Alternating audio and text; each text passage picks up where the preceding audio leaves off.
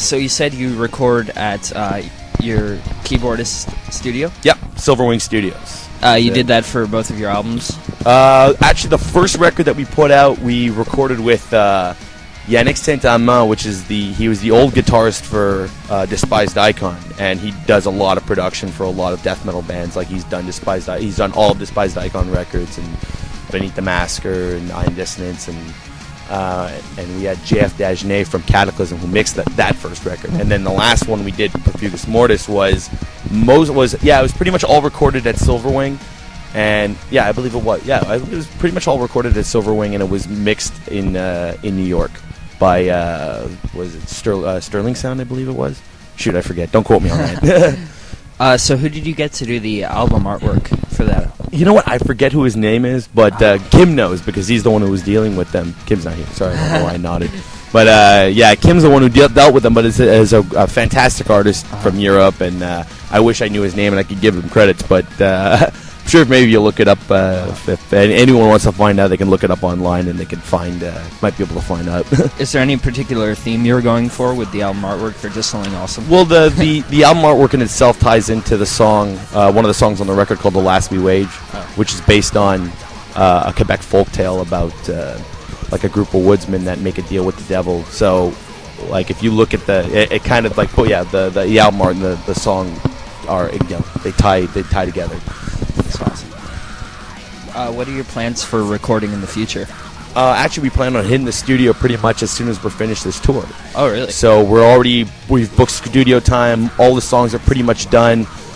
In the last week, I'm kind of going to finish up. Lyrics on the remaining 2 or 3 songs, and yeah. So like the next record's pretty much finished, and tonight we're going to be playing a new song. We've been playing a new song for the entire tour so far, and it's been going over really well. So we're definitely happy with the response the new material's been getting. So I was going to ask, what do you guys do during your downtime? It seems like after a long tour, you just go home and chill out, but you're always recording and touring. Yeah, normally what we would be doing is, some of us work when we get back home. Like I've got a job at a warehouse that I try to go back to whenever I get at home. So if we have enough, if we have, depending how much money we made, which is normally not like none, normally make pretty much no money, but we'll just Joe will record because him and Kim both do they both work at for Silverwing Studios, so they record bands. Check them out on MySpace. Search Silverwing on MySpace if your band wants to get recorded. And so we just we work and we have fun and relax a little bit if we can, because normally we can't. The band doesn't really financially support us now, so we have to go back to work and get back to the grind as soon as we get back home. Or we're working on new material. What new albums have you heard lately that you've enjoyed? That I really enjoyed. I really like the new Converge record, Axis to Fall.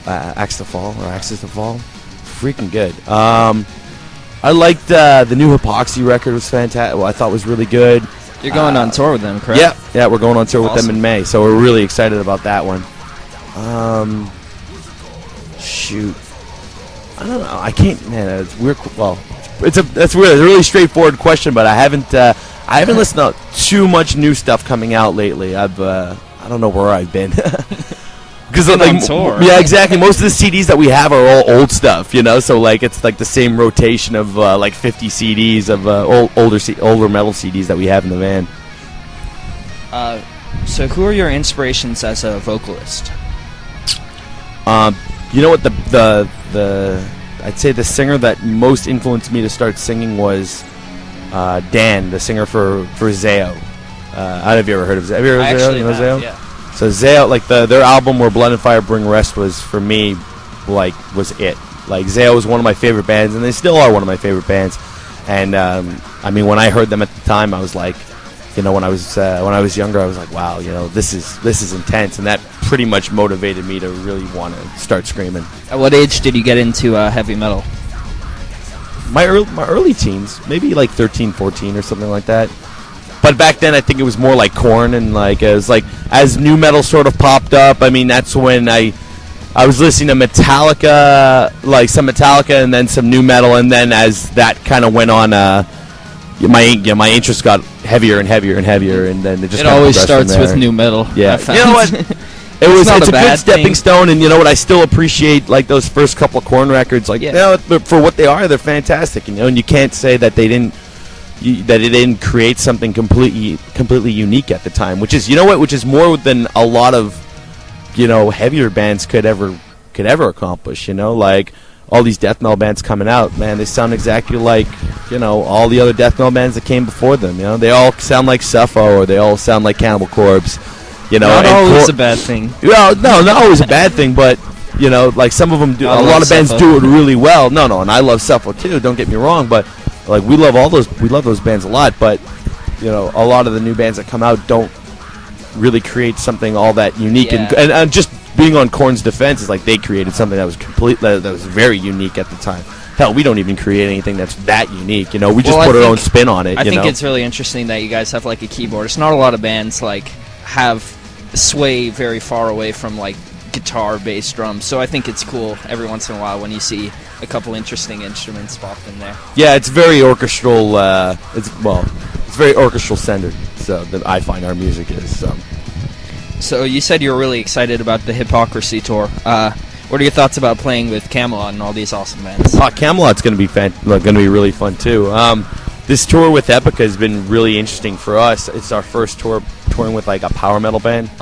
And so far, we've played with folk metal bands and we've played with death metal bands, and we know what kind of crowds those bring out. And so when we started this tour, we were a little I wouldn't say scared, but we were interested to see who they were going to bring out, and now we know, and it's pretty much going to be the same thing at Camelot. It's going to be a lot of the same fans. It's going to be the same thing except bigger, and it's a lot of a lot more laid back people. A lot more laid back fans who just kind of like to chill out and watch the music and not really get into it as much as we'd like them to. In terms of like moshing, and like Epica fans aren't the kind of circle pit. So that's true. Do you think it's more fun overall though than being on a death metal tour? You know what? I love watching people getting like really into it and moving around and moshing. So yeah. So in that respect, no, it's a little less fun because I still try to get people to move around and like I still try to call people to mosh a little bit, and most of the time it doesn't work. So it's kind of like it's kind of a downer, but at the same time, once the song stops, people cheer really loud, and it feels just as good. So you know what, you take one for the other. Like I can live without seeing people mosh for a tour. That's fine. Although as much as I'd love to see it happen, it's I got to be realistic. Yeah. So I got to ask you, what's the most awesome mosh pitting city you've toured in? I think some of the most intense mosh pits I've seen were and I hate to be biased too, but it's Montreal and Toronto. On the Summer Slaughter tours were some of the most like absolutely intense mosh pits I've ever seen. Like Going they back were really home. nuts. Yeah. But those are incredible scenes. Like Montreal and Toronto have very, very, very strong metal scenes there, and when people come out, they freaking tear it up. So. Have you guys been able to play any shows or tours outside of North America? No, not yet, unfortunately. We were supposed to do the Pagan Fest in Europe this past year, and then that ended up getting canceled for us for crappy reasons that I'm not going to get into. But there's talk of us going to Europe in the fall, so hopefully that'll pan out. And even if that doesn't, with the new record, there's a lot of talk about us going to Europe. So let's hope things actually happen. Do you guys have a projected date for when you think the new album will be ready? Nothing official, but I think if everything goes well, it'll be out by late summer, early fall. That's what we're hoping, But again, absolutely nothing official at this point.